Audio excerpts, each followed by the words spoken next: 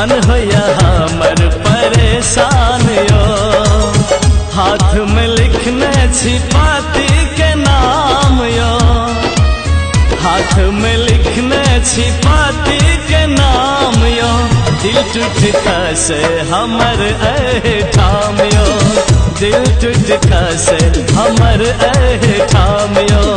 शादी के दिन के ला 16 श्रृंगार यो।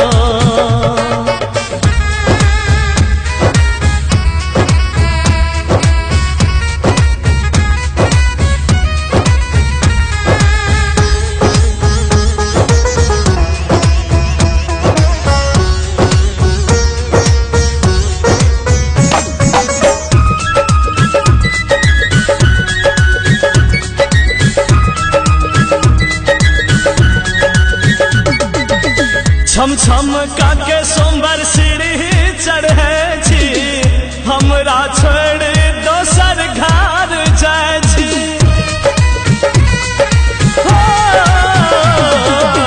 छम छम काके सोमवार सीढ़ी चढ़े छी, हमरा छोड़ दोसर घर जाय छी। कि भेल वादा ओ प्रेमक संसार यो, कोना कहू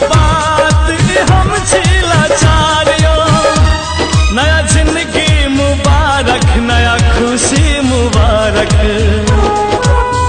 हो। नया जिंदगी मुबारक, नया खुशी मुबारक। सदा खुश रही दुआ हम करे छे, सदा खुश रही दुआ हम करे छे। शादी के दिन के 16 श्रृंगार यो, मन होया हमर परेशान यो, मन होया हमर परेशान यो।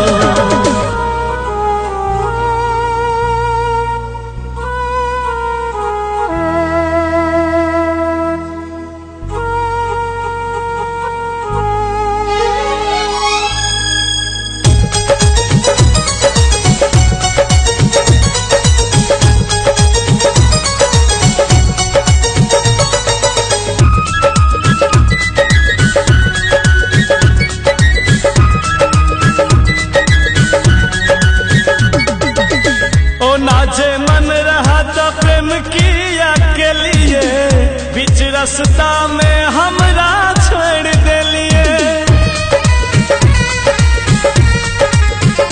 हो ना जे मन रहा तो प्रेम किया के लिए, बीच रास्ता में हमरा छोड़ देलिए।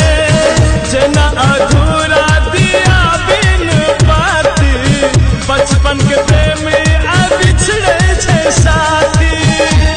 नया जिंदगी मुबारक, नया खुशी मुबारक,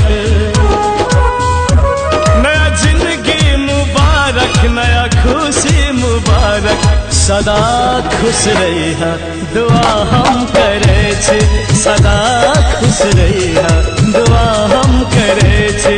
सदा खुश रही दुआ हम करे छे, सदा खुश रही दुआ हम करे छे। सदा खुश रही दुआ हम करे छे।